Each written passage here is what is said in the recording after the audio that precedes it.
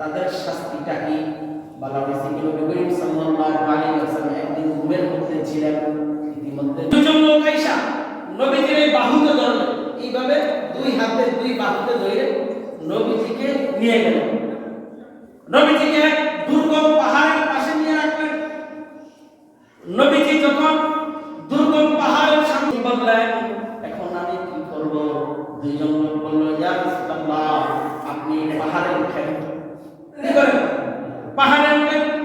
নবীজি বলল, না, আমি এত উঁচু পাহাড়ে উঠব না।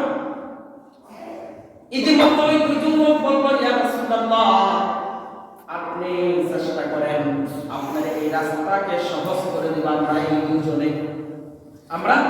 এই দুইজনে এই রাস্তায় পাহাড়ে ওঠার জন্য যে শ্রম, যে কষ্ট হবে, আমরা আপনার জন্য সহজ করে দেব। এক নাম্বার, দুইজন লোক নবীজি স্বপ্নে দেখেন ঘুমের ভিতরে আসছে। নবীজির ঘুম মানে একটা পরি, কি লোক আইসা নবীজির দুই হাতে বাহুতে ধরে নবীজিকে পাহাড়ের সামনে নিয়ে গেলেন। পাহাড়ের সামনে নেওয়ার পরে নবীজি বলছেন, আমি পাহাড়ে উঠতে পারবো না।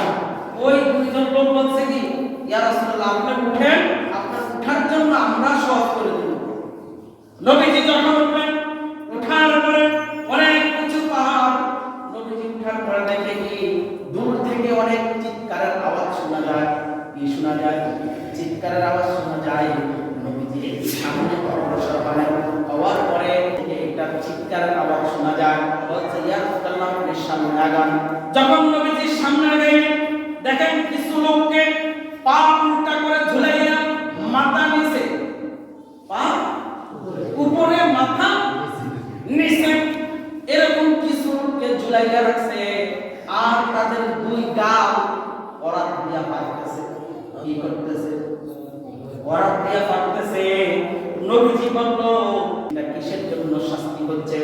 ওই লোক বলল, ইয়া রাসূলুল্লাহ, এই শাস্তিটা হচ্ছে যারা রোজা রাখার পরে ভেঙে ফেলে।